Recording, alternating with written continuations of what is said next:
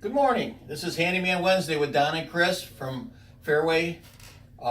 Today we're going to touch on a few little things. We're going to do some things you may not know. Okay. Today. Okay. Right? Instead of a specific topic. So, first on our list, I think, is your clothes dryer, right? And everybody knows you pull the lint trap out of there and you kind of clean the lint off and throw it in the trash can and stick it back in and dry your next load. But there's something more you're supposed to do, right? Right. What is it? Periodically, that filter itself should be washed with soap and water, like in the kitchen sink, because it'll actually hold water, even though you clean the lint out. That should be washed like with maybe a little brush and some soap and water.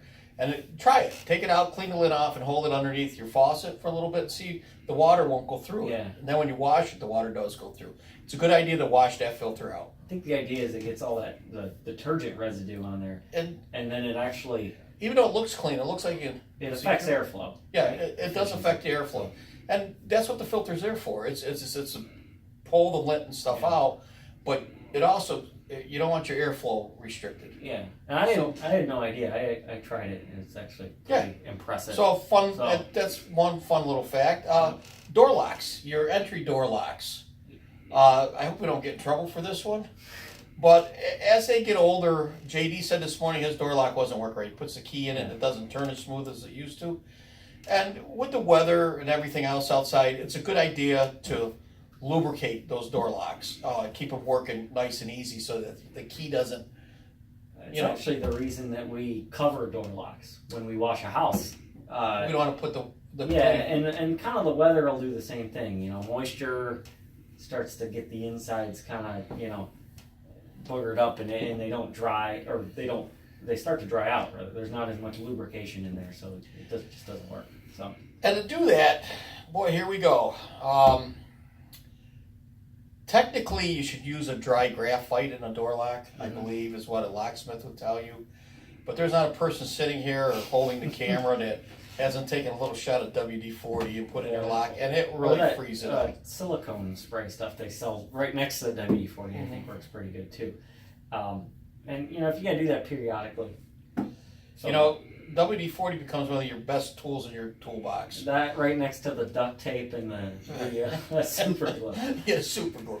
But what does WD-40 stand for? We use it all the time. What does WD-40 stand for? It's water displacement. Dispersing.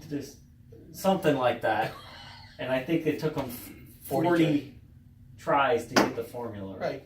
Again, just a little fun fact. And on the note of your door locks and stuff too, if you have those brown, nice, fancy looking oil rub bronze knobs, some of the newer ones don't need it, but the older ones that get tarnished looking, again, this might not be proper, but you can use something like WD-40, silicone spray. I've even heard people say like vegetable oil, olive oil, and you can polish them back up again. Oil them, take a little on a rag, and let it run down your door, mess up the paint, but just kind of rub it on there and it'll make them look pretty good again. So as long as the finish is there and it's just finished, if the finish is gone, and the nice ones like the Baldwins and the Schlags and stuff, they don't usually have something, a coating that'll peel off. You can actually bring it back. Yeah. And if it's really tarnished, even like a metal polish, like a Brasso, it'll make it look like brand new. It's pretty cool. So, great. What else we got? I've got one. Let me skip over. Okay. And I could harp on this every day of the week, but washing machine supply hose. I think you have. I've said this. I'll probably have a set of washing machine hoses on my grave when I die because I harp on this all the time. They need to be changed every, I'm going to say 3 to 5 years. Mm-hmm. Otherwise, you're asking for a disaster when a hose breaks. And even with the stainless ones too, I mean, it's a flexible line and you've got constant pressure on it. And we don't shut the valves off. No. We all do it. But I've had stainless ones break. I've seen stainless ones break. And if you haven't heard us talk about it before, what's the number? It's 3 to 5 years or 3 to 5 years is what I'm going to say.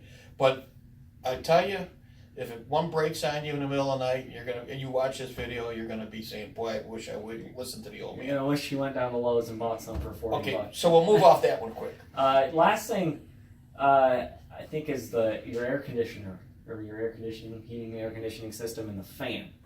So, a lot of people like to run the fan constantly. Without the AC. You have the auto setting where your fan only comes on when it's called for. It's cooling or it's heating, versus you can do on. I know people like that sometimes, whether it's just for white noise or just to have constant airflow moving around, which is understandable.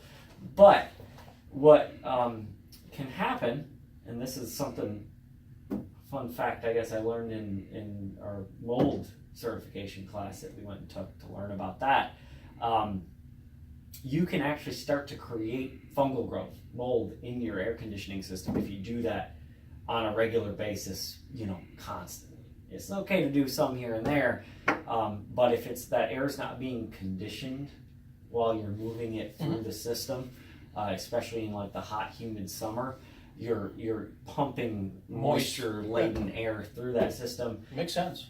And you've got, just whether it's from building process or lack of filtration, you've got dirt and dust in the ducts, which is what mold likes. It needs moisture, and it needs that dirt and dust, something organic to grow on. So you want to avoid doing that, A, for that, and B, because it'll help your fan last longer, less repair to the system. So fun fact. So if you want that fan running, you go down to Walmart, buy yourself Get you a box fan, or one of these ones that turn, or a ceiling fan. So, but I think that's all of our fun facts for today. So and we'll try to come up with more of these. Yep. We'll think about them. One last thing before we go: if anybody can tell us what's different about today's video, give us a call or shoot us an email. Let us know. The very first person to tell us what's different about today's video versus all of our other Handyman series videos will get 10% off a house wash. Or gutter cleaning. Or gutter cleaning. But not the topic. The topic is different. Yeah. But there's something physically different. And then if you see these videos, you know what it is. So, hey, 10%. 10%. Good deal. Thanks a lot. We'll be back with you next week, and hope that some of these things kind of help you out a little bit. Again, just in case, our office number is 919-388-2204, and we'll see you next time. Thanks a lot.